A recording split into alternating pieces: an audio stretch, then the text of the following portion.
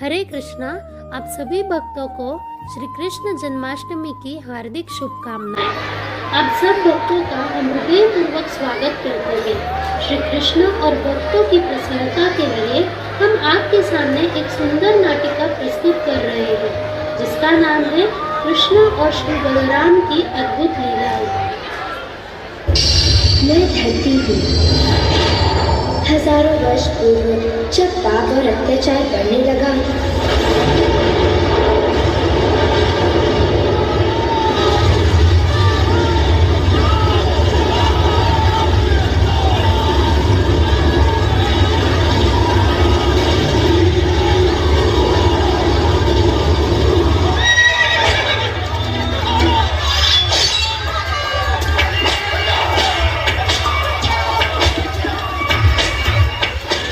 मेरी गोद में पलने वाले प्राणियों पर आए संकट को देखकर मैं कांप उठी। मैं गौ माता का रूप धारण कर संसार की रचयिता ब्रह्म की शरण में जा पहुंची।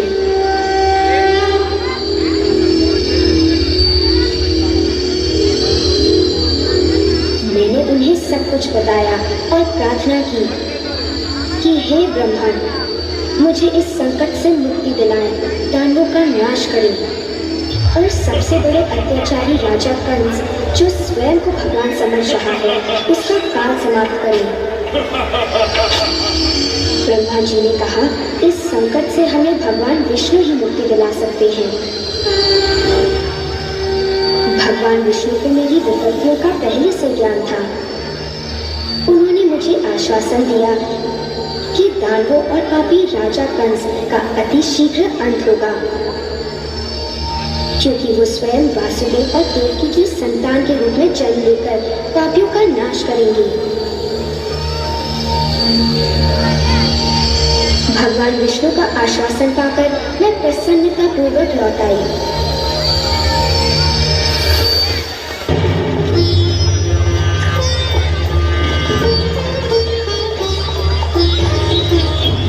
इधर अज्ञानी राजा कंस अपनी बहन देवकी का विवाह वासुदेव से रचाकर खुशियां मनाने में मग्न था। धन्यवाद धन्यवाद धन्यवाद। धन्यवाद धन्यवाद जी।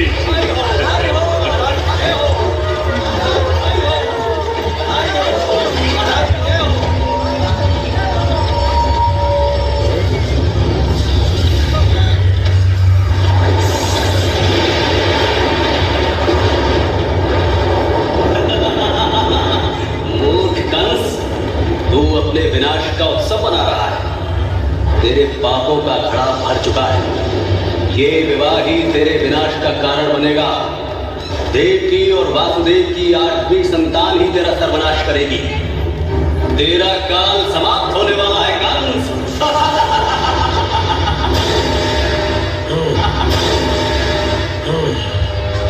तू मेरे सर्वनाश का कारण बनेगी? मैं ऐसा नहीं होने दूंगा। मैं अभी और इसी क्षण तेरा वध कर दूंगा। नहीं कंस नहीं, इसे छोड़ दो, इसे न मारो। दया करो कंस, दया करो। मैं तुम्हें वचन देता हूँ, मैं अपनी किसी भी संतान को तुम्हारे विरुद्ध खड़ा नहीं होने दूंगा। मेरी पत्नी को न मारो, छोड़ दो उसे। दया करो कंस, हम पर दया करो, दया करो कंस, दया करो। नहीं, कदापि नहीं। मैं किसी संकट में नहीं पड़ना चाहता। मेरे घर में मेरा बैरी हो, मैं ऐसा नहीं होने दूंगा। मैं इस पिशाचिनी नारी को मार डालूंगा और अपने मृत्यु काल को जन्म लेने से पहले ही समाप्त कर दूंगा। नहीं नहीं, कृपा करो, ऐसा न करो, छोड़ दो इसे, हमें जाने दो। कृपा करो कंस, कृपा।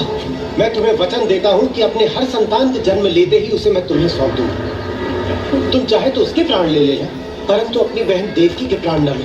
दया करो कंस, दया करो। ठीक है, मैं तुम्हें छोड़ता हूँ देवकी, परंतु अब तेरा मेरा कोई संबंध नहीं है। कोई है? इन्हें काल कोठरी में डाल दो और इनकी संतान के जन्म लेते ही मुझे सूचित करो। ले जाओ इन्हें, मैं इनका मुंह नहीं देखना चाहता। शिशु जन्म तो ले, मैं उसके जन्म लेते ही उसे मृत्यु के घाट उतार दूंगा। देवकी की हर संतान को यमलोक पहुंचा दूंगा।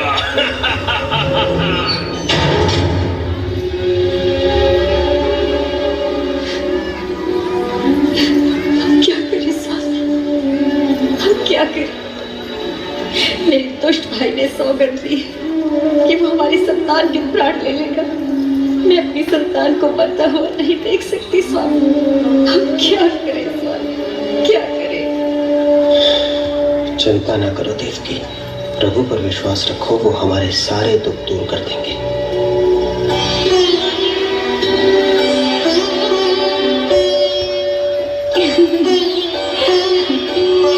मेरा चंदा, मेरा प्यारा, मेरा सुंदर बच्चा। देखो स्वामी, इसका सुंदर मुखड़ा बिल्कुल आप जैसा है। नहीं, अरे नहीं, नहीं स्वामी, अच्छा, तो मैं मामा बन गया हूँ। लाओ देखो तो तनिक अपने भांजे को। मेरा बच्चा। तुम तो जानती हो बहना, इसमें मेरा कोई दोष नहीं है। मैं अपने जीवन पर कोई दांव नहीं खेल सकता। तुम समझ सकती हो। छोड़ दो उसे, छोड़ दो।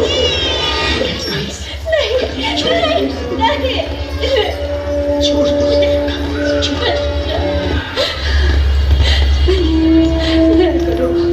दया करो, या मेरा बच्चा मुझे वापस दे दो। दया करो भैया, दया करो। बच्चा है मेरा भैया, भैया मैं तुम्हारे चरण स्पर्श करती हूँ। दया करो, मेरा बच्चा है, छोटा नन्हा है, मैं उसे लेकर कहीं चली जाऊंगी। क्षमा करो, दया करो भैया, भैया नहीं। लज्जा नहीं आती देवकी?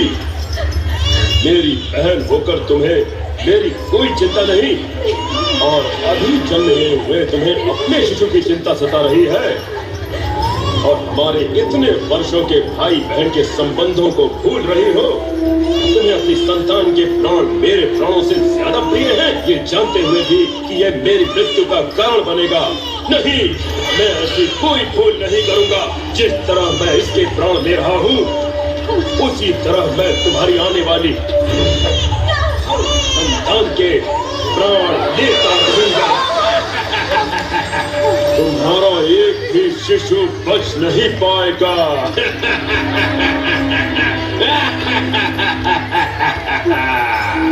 आने वाला शिशु तुम्हारी 7वीं संतान होगी, और इसके बाद मेरा काल जन्म लेगा।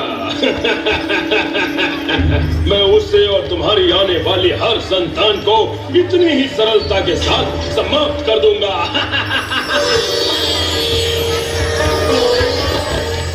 भगवान विष्णु का मानव रूप में अवतरित होने का समय निकट था। उन्होंने मायावी योग माया की सहायता ली। भगवान ने योग माया से कहा कि देवकी के गर्भ में वास करने वाली 7वीं संतान को उनके गर्भ से निकालकर गोकुल में वासुदेव की दूसरी पत्नी रोहिणी के गर्भ में पहुंचा दे, और योग माया ने ऐसा ही किया।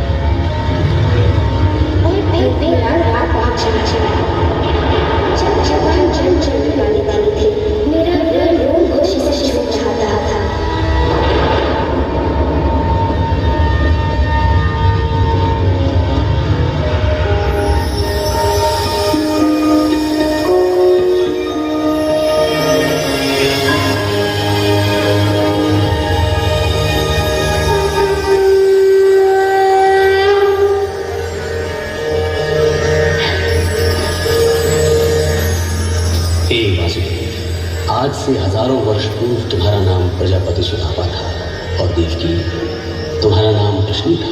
उस समय भी तुम दोनों पति पत्नी थे, और तुम दोनों ने एक पुत्र की अभिलाषा में बड़ी श्रद्धापूर्वक मेरी तपस्या की थी। अब तुम्हारी इच्छा पूर्ति का समय आ गया है, इसलिए मैंने तुम्हारे पुत्र के रूप में स्वयं जन्म लिया है। आपकी लीला परंपार है प्रभु, हम धन्य हो गए, हम धन्य हो गए। हे वासुदेव, अब मेरी बात ध्यानपूर्वक सुनो। तुम इस शिशु को ले जाकर गोकुलवासी नंद और यशोदा को सौंप देना और उनके यहाँ इसी समय जिस पुत्री ने जन्म लिया है उसे लेकर वापस लौट आना। कंस और उसके पहरेदारों की चिंता मत करना, मैं देख लूंगा।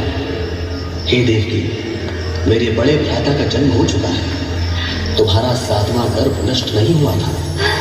मैंने उसे गोकुलवासी रोहिणी की कोख में सुरक्षित पहुंचा दिया था। वही मेरे बड़े भ्राता है।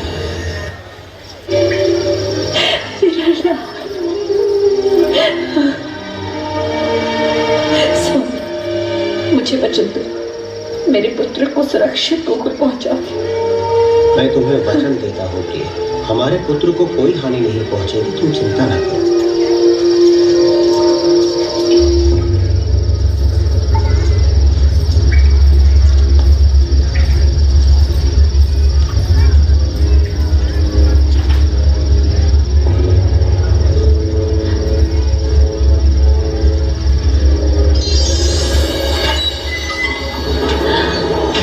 हमारे साथ है, मैं शीघ्र ही लौटूंगा। प्रभु रक्षा रक्षक।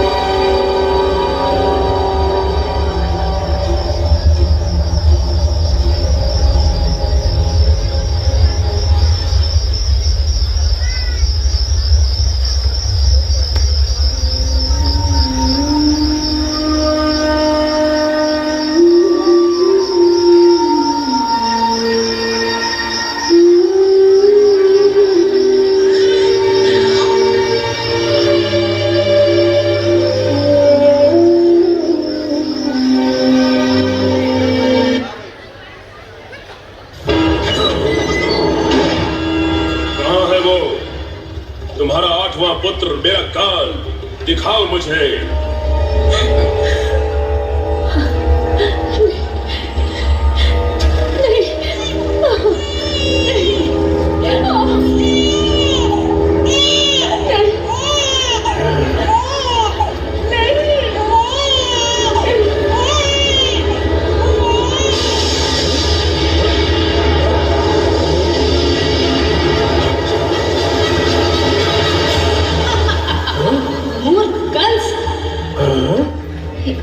समझता है कि प्रभु का लेख मिटा सकता है? जो बालक तेरा काल बनेगा वो तुझसे और तेरे क्रूर हाथों से सुरक्षित दूर जा चुका है। तूने अपनी बहन पर बड़े अत्याचार किए, उसकी हर संतान की हत्या की, परंतु ये संतान जीवित है। तू अति शीघ्र देखेगा कि तेरा काल तेरे समीप खड़ा है, तेरा अंतिम समय निकट है दुष्ट।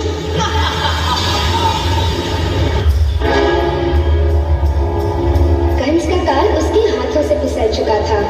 योग माया की वाणी सुन उसके होश उड़ गए।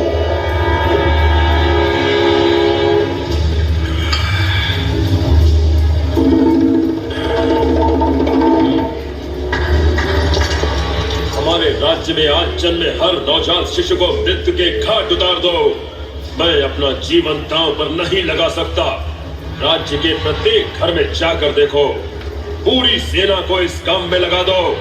एक भी नवजात शिशु जीवित न रहे।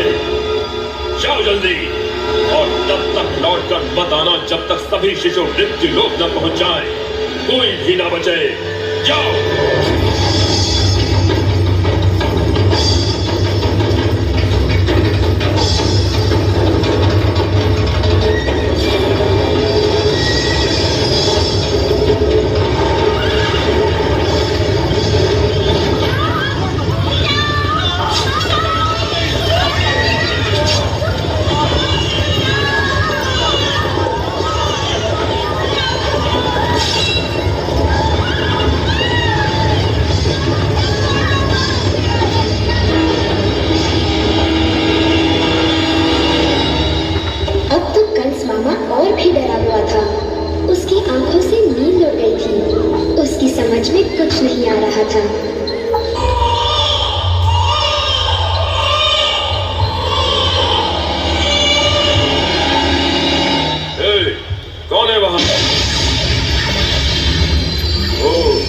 पूतना तुम हो।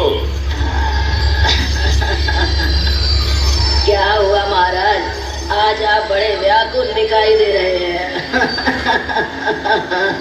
ये देवकी का 8वां पुत्र मेरी व्याकुलता का कारण है। मैंने सैनिकों को आज्ञा दी थी कि सारे नवजात शिशुओं को मार दो, किंतु मुझे उन पर विश्वास नहीं है। मुझे लगता है कि वो शिशु अभी तक जीवित है। तुम मेरा कार्य कर सकती हो पूतना। ये कार्य कर दे, फिर तुम्हें जो चाहिए वो तुम्हारा। अब उस बालक को भूल जाइए महाराज, उसकी कथा समाप्त हो गई।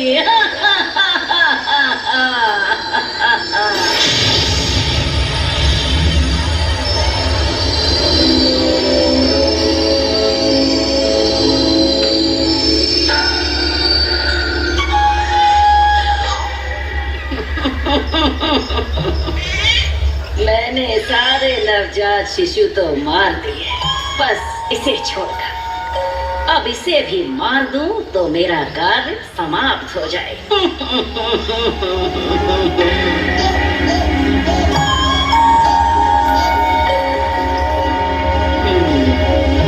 मुझे ज्ञात है मुझे इस बालक के साथ क्या करना है। मैं ये विष अपने स्तनों पर लगाकर इस बालक को अंतिम दुग्ध पान कराऊंगी।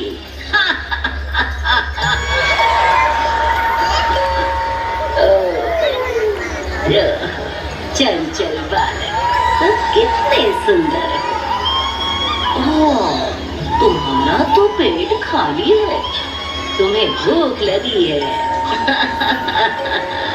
चिंता नहीं, मेरे पास तुम्हारी भूख शांत करने का साधन है।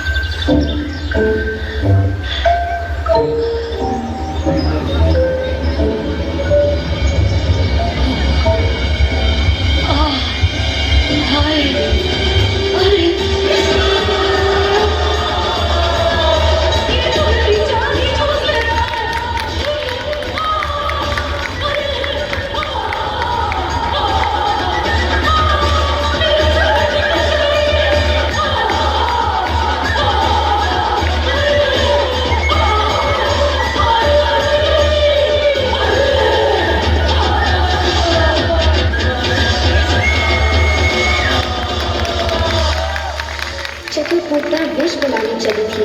शिशु रूप प्रभु ने तो उसके प्राण ही चूस लिए। हे भगवान, मेरा लाल, मेरा लल्ला, तुझे कुछ हुआ तो नहीं? हे प्रभु, ये राक्षसी यहाँ कैसे आ गई? अरे ये तो पूतना है, इसे किसने मारा?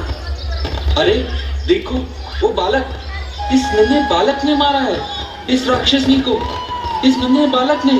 अरे ये कोई साधारण बालक नहीं है, इसके पास तो अद्भुत शक्तियां हैं। तुम्हें तो बड़ा गर्व होगा अपने बालक पर। अरे हदू, मेरे लल्ला पर मालिक दृष्टि न डालो। प्रभु की कृपा से मेरा लाल सुरक्षित है।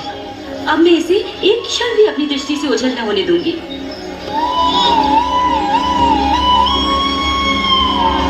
ये पूतना कहाँ चली गई? मेरे मन को शांति नहीं है। कम से कम ये संदेश तो मिले कि मैंने जो कार्य उसे सौंपा है वो संपन्न हुआ या नहीं।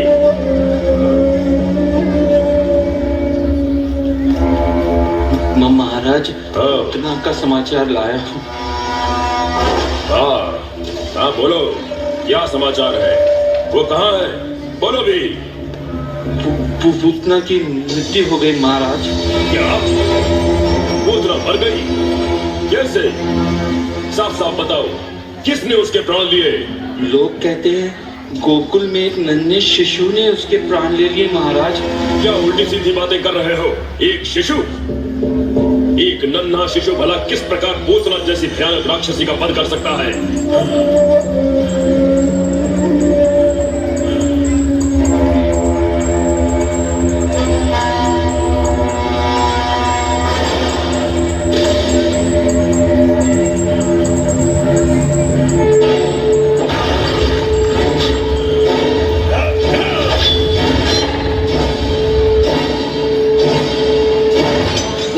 शिशु शूल की भांति गढ़ रहा है। कौन मेरे लिए उसका वध करेगा?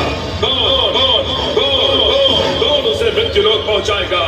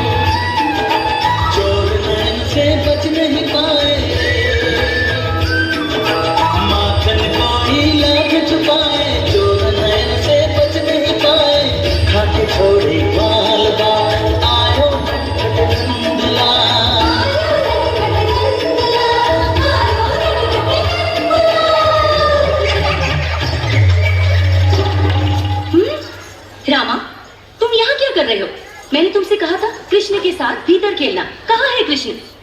वो भीतर है माता।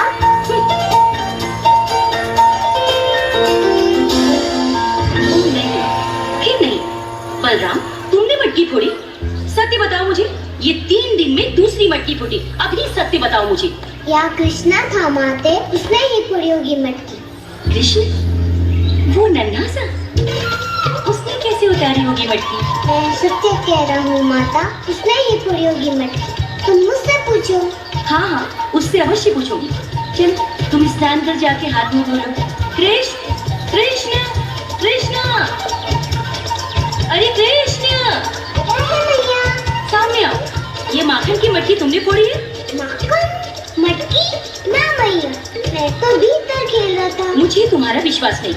यहाँ तनिक अपने मुंह खोलो, अभी पता चल जाएगा तुम सत्य कह रहे हो या कि झूठ बोल रहे हो। कृष्ण, ए कृष्ण, भागो मत, ठहरो, यहाँ रुको। अब मुझे पता चला कौन है ये माखन चोर। आज मैं तुम्हें अच्छा पाठ पढ़ाऊंगी। मटकी फोड़कर माखन चोर। पकड़ो तो मुझे। रुको, मुझे और न दौड़ाओ, आज तुम नहीं बचोगे। बलराम, तुम सामने से हटो। अब तुम चलो। हाँ, बलराम, तुम हाथ में धो लो। मैं नन्हे नटखट से आज सबकी जान कर रहूंगी। कृष्ण, तुम बहुत नटखट होते जा रहे हो। क्यों फोड़ते हो मटकी और माखन क्यों चुराते हो? बोलो। ये क्या? तुमने मिट्टी क्यों खाई? चलो मुंह खोलो। नहीं, मैंने मिट्टी नहीं खाई। सब झूठ बोलते हैं। नहीं, तुम झूठ बोल रहे हो। चलो मुंह खोलो, मैं देखूंगी।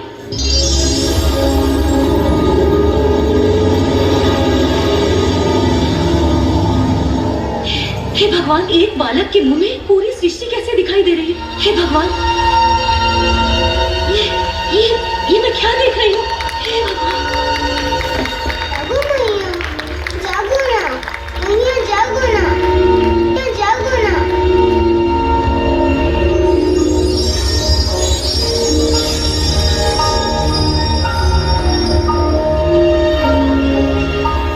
मैं सचमुच क्यों खो बैठी? क्या हुआ? मुझे कुछ याद नहीं। नहीं मैया, तुम्हें कुछ नहीं हुआ। चलो। कृष्ण, तुम मुझे फिर तो न सताओगे? नहीं मैया, कभी नहीं।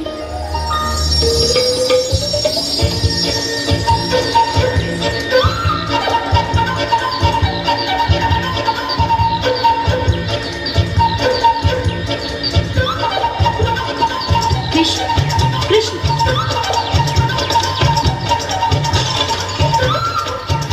तुम्हारा नटखटपन हर दिन बढ़ता जा रहा है।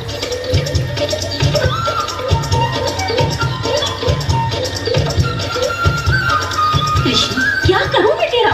हाँ? समझता ही नहीं है। बहुत हुआ, अब मेरी सहन शक्ति समाप्त हुई। आज मैं तुम्हें बांध दूंगी। फिर देखो तुम कैसे माखन चुराते हो।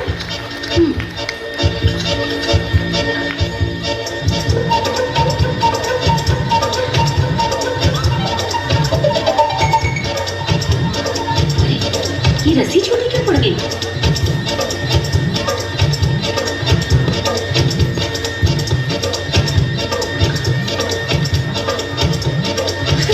कृष्ण, कृष्ण, बंधे रहो। अब समझ में आएगा।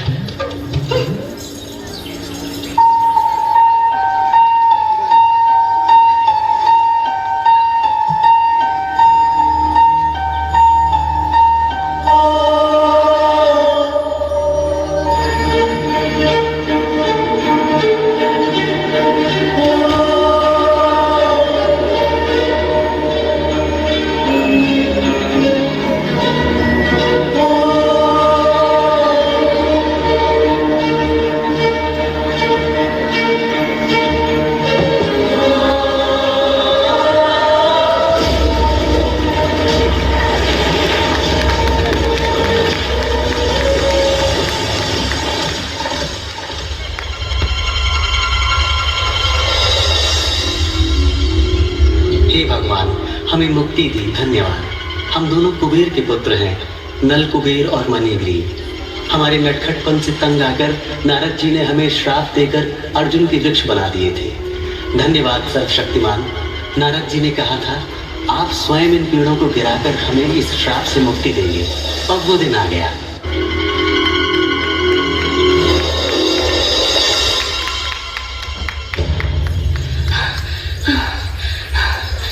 कृष्णा, मेरे लाल, तुझे चोट तो नहीं आई? तू ठीक तो है? हमारे शिशुओं के लिए ये स्थान भयानक होता जा रहा है। राक्षस हम पर आक्रमण करते रहते हैं। यहाँ हमारे शिशुओं के प्राण सुरक्षित नहीं है। मेरा विचार है हम सब चल के वृंदावन में वास करें। आपका विचार पूर्णतः उचित है। हम यहाँ वास नहीं करेंगे। वृंदावन में हम सब सुरक्षित रहेंगे। चलो अब हम यहाँ से कूच करने का प्रबंध करें। यही उचित होगा।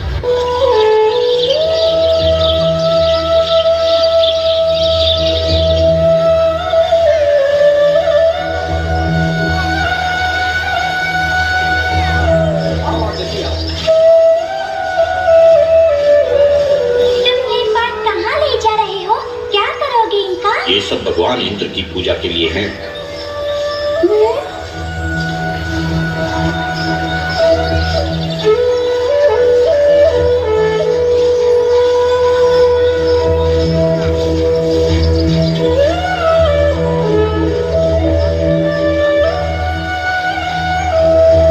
पिताश्री, ये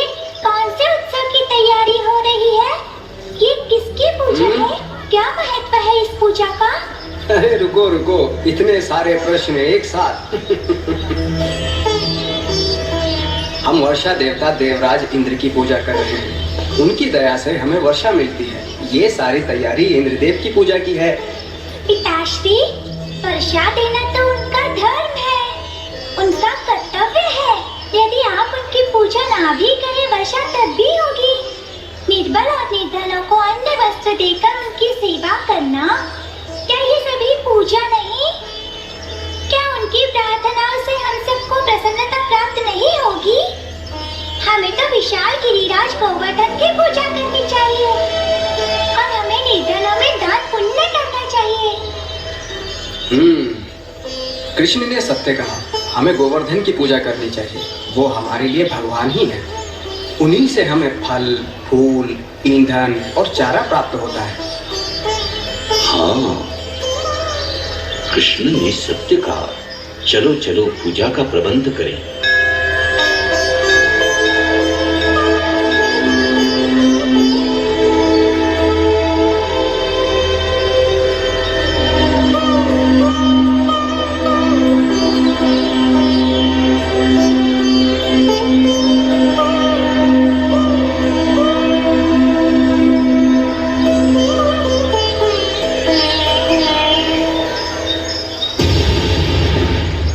वासियों की ये धृष्टता कि मेरी पूजा छोड़कर गोवर्धन की पूजा कर रहे हैं। अब इन्हें मेरे कोप का भाजन बनना पड़ेगा।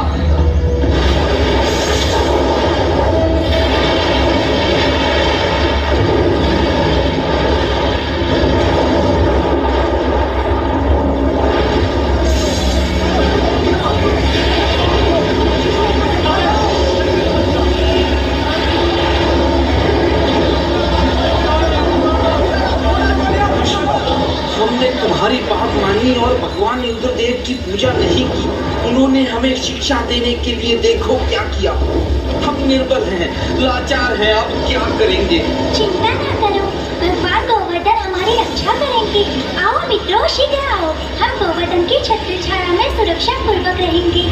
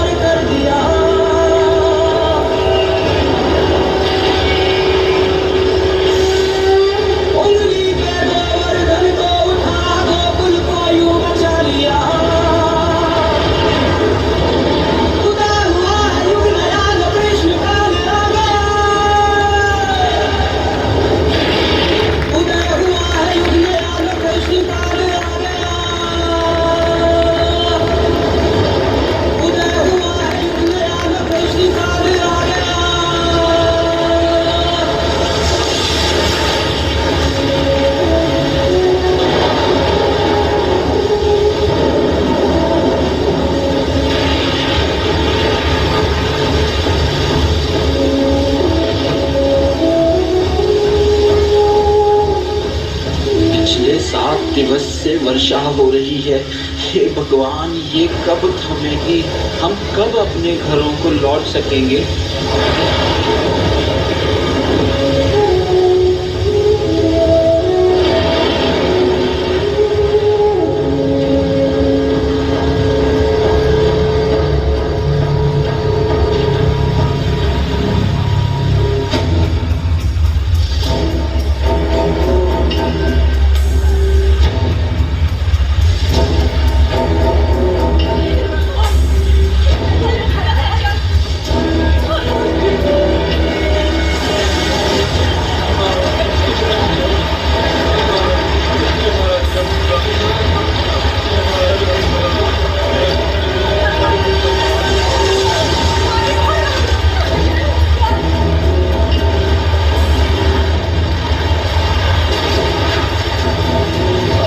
धरती जलमग्न हो गई है। हम घर कैसे जाएंगे? हमारे खेतों में अन्न कैसे होगा?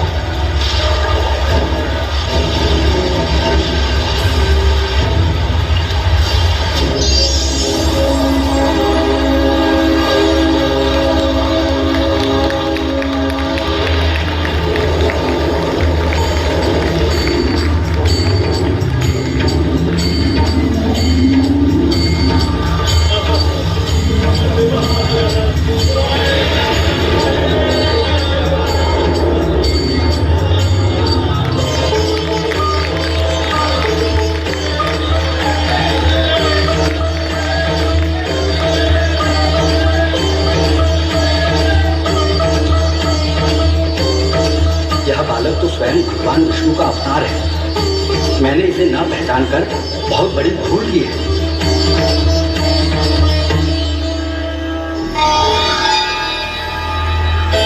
मेरी इस भूल को क्षमा करे प्रभु, क्षमा करे प्रभु, क्षमा करे। सीता जिंद्र, जीवित रहने के लिए प्राणियों को हर वर्ष वर्षा की आवश्यकता होती है। अगर वो आपकी पूजा ना भी करें तो भी उन्हें वर्षा पहुंचाना आपका कर्तव्य है। आप देव हैं, आपको अहंकारी नहीं होना चाहिए। क्षमा करे प्रभु, मैं मानता हूँ कि मैं अहंकारी हो गया था। मुझसे बहुत बड़ी भूल हो गई। सीता जिंद्र,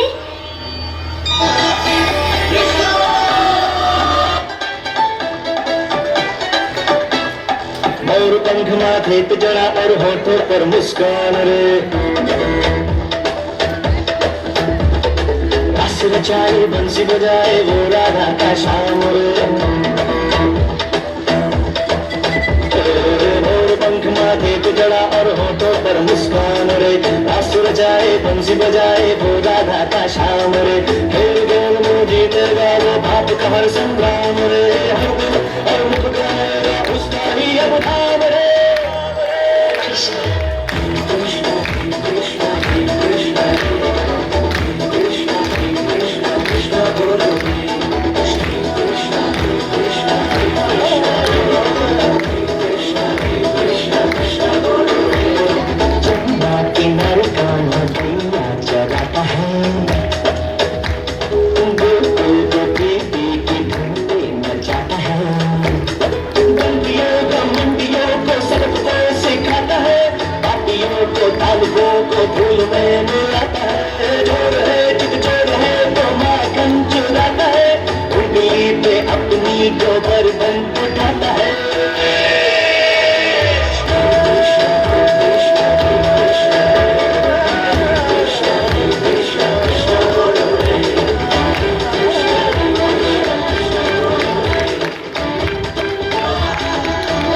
कृष्ण कृष्ण, थक गया मैं ये नाम सुनकर। क्या यहाँ कोई ऐसा वीर नहीं जो उसे मार सके?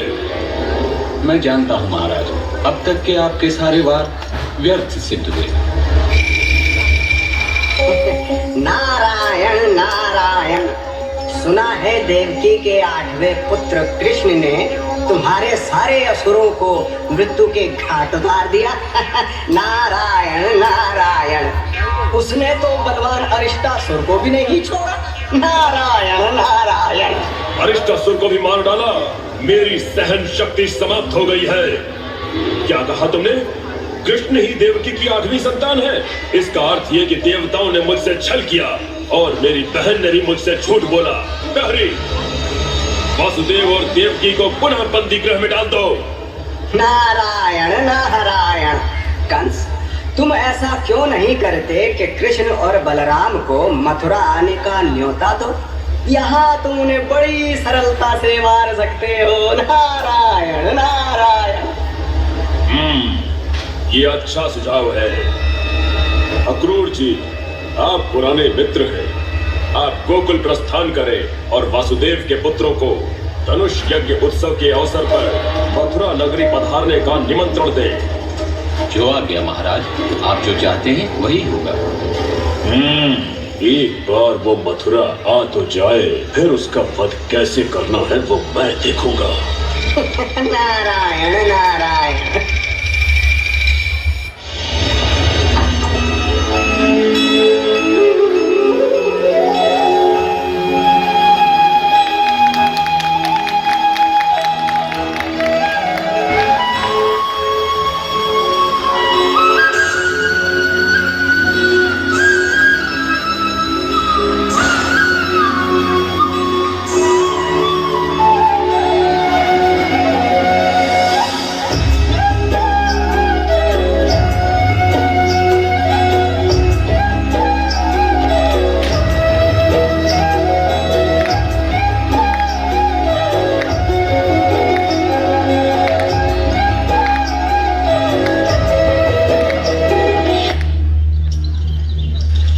कृष्ण, ये मेरा सौभाग्य है कि तुमने मुझे अपने चरण स्पर्श का अवसर दिया।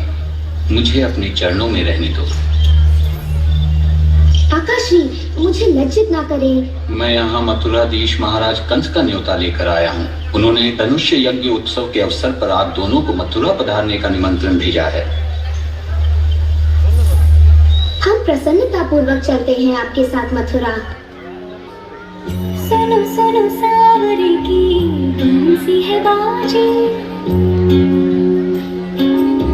सुनो सुनो सावरे की बंसी है बाजी, नैनों से धार धार कजरा बहे जी, जियरा कर से नैना कर से, जियरा कर से नैना कर से, कैसी कैसी अखियाँ कहे से बरसे, सुनो सुनो सावरे की बंसी है बाजी, नैनों से धार धार कजरा बहे जी, जियरा कर से नैना कर से, जियरा कर से नैना कर से, कैसी कैसी अखियाँ कहे से बरसे, सुनो सुनो सावरे की बंसी है बाजी।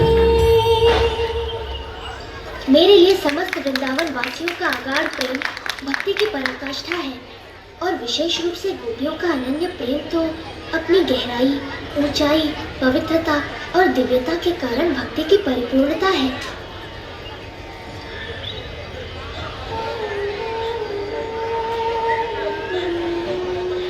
और तुम राधे, तुम उस अनन्य प्रेम की शिरोमणि हो। सच तो ये है कि मैं न तुम्हारे प्रेम की बराबरी कर सकता हूँ, न उसका ऋण उतार सकता हूँ। क्षमा करना राधे, मुझे मथुरा जाना ही होगा। संसार को मेरी आवश्यकता है, इतिहास मेरी प्रतीक्षा कर रहा है। मधुबन गुंज तराना, श्याम रंग रूप लुभाना, सिमरन करके हरि और कान्हा, तू है निर्मोही मोना, भाई तुझे मुझे सताना, दर्श दिखा दे मेरी और कान्हा, सुनो सुनो सावरे की बंसी है बाजी, नैनों से धार धार कजरा बहे जी, जियरा कर से नैना कर से, जियरा कर से नैना कर से, कैसे कैसी अखियाँ कहे से बरसे, सुनो सुनो सावरे की बंसी है बाजी।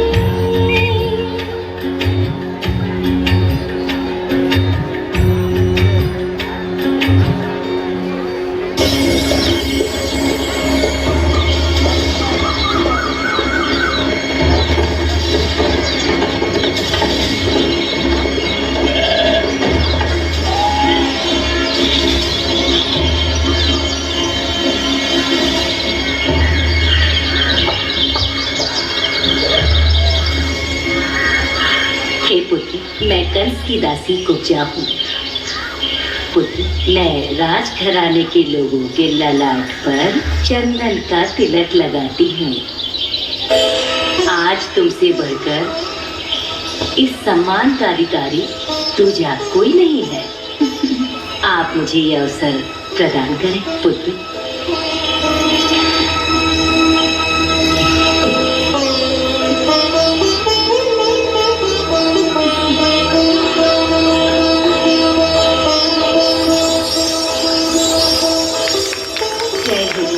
आपकी जय हो, जो आपने मुझ अभागन पर अपनी दया दृष्टि डाली।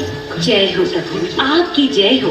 धन्यवाद प्रभु, आपकी जय हो। जय हो प्रभु, आपकी महिमा अपरंपार है।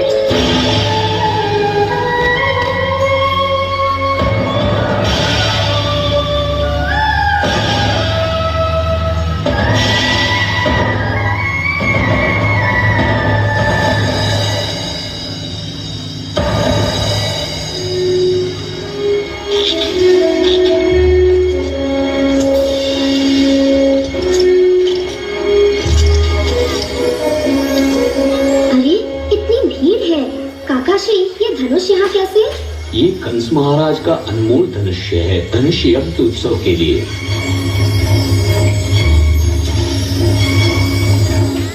मैं देखना चाहता हूँ।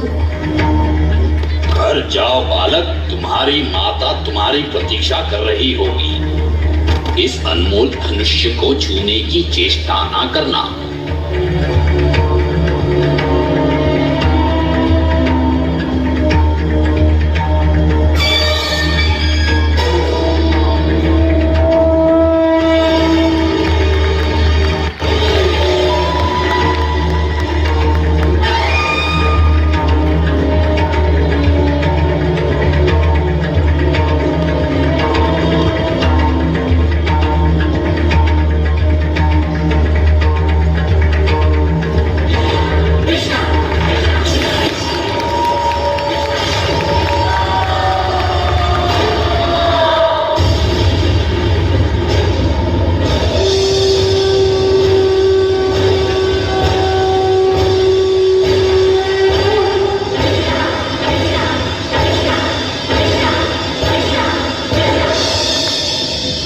कृष्ण, यहाँ भीड़ बढ़ रही है।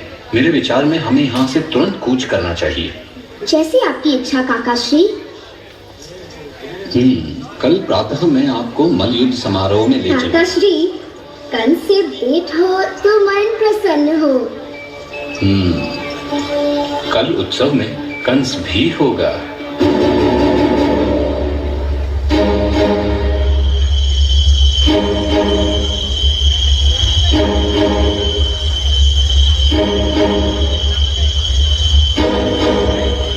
महाराज, अति अशुभ समाचार है। आपका विराट और अनमोल धनुष्य कृष्ण ने तोड़ दिया। संपूर्ण मथुरावासी उसकी जय जयकार कर रहे हैं।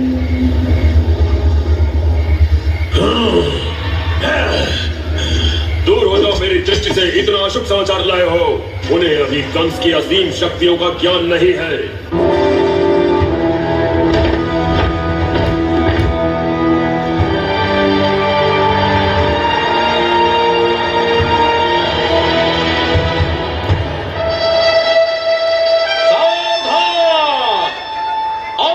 सबके प्रिय, हमारे पालक, हमारे अन्नदाता, मथुराधिपति, महाराजाधिराज, महाबली कंस महाराज क्रीड़ांगन में पधार रहे हैं।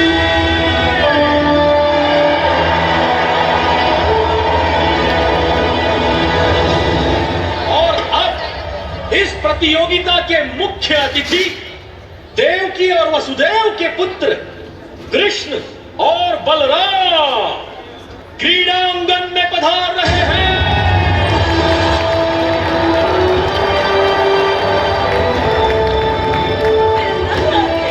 मेरे लाल आ गए, मेरे लाल आ गए, मेरे कृष्ण और मेरे बलराम आ गए। यही है वो दोनों जो वृंदावन से आए हैं। पूरे नगर में इनकी वीरता की चर्चा है। परंतु ये दोनों तो बच्चे हैं। तो ये है मेरा काल।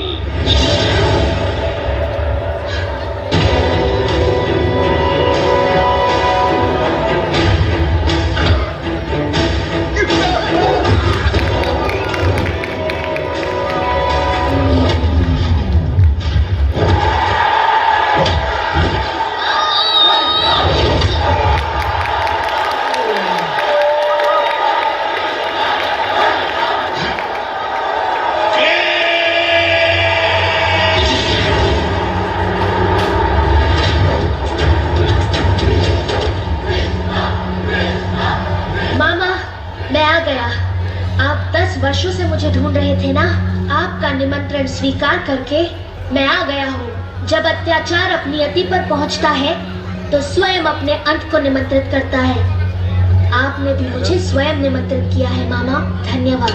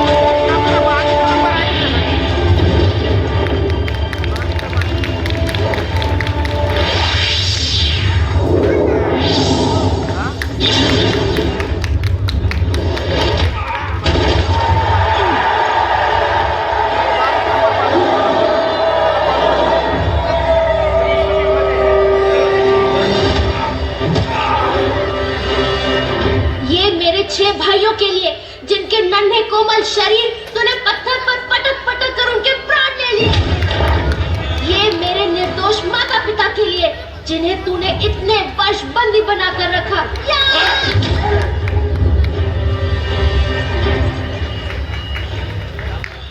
ये मेरी माता के अनगिनत आंसुओं के लिए जिन्हें वो 10 वर्षों तक अपनी आंखों में छिपाए रही।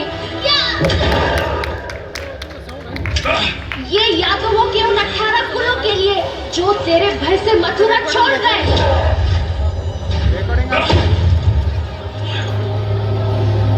और ये तेरे हर उस अत्याचार के लिए जो तूने गोकुल, वृंदावन और मथुरा के ग्वाल बालों पर किए।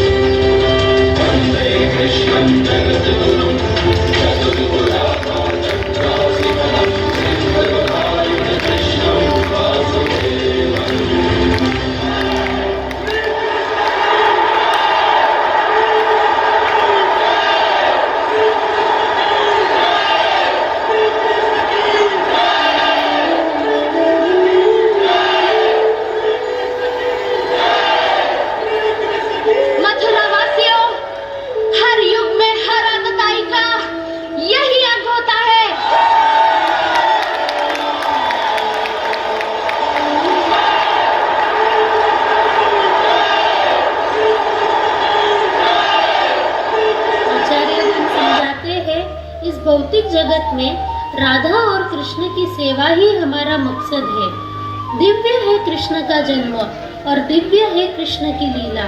जो उसे समझ सकता है वो जीवन मरण के चक्र से मुक्त होकर भगवान की सेवा में लग जाता है और पुनर्जन्म नहीं लेता, सदा के लिए कृष्ण के लोक का वासी हो जाता है। बोलो श्री कृष्ण बलराम की जय।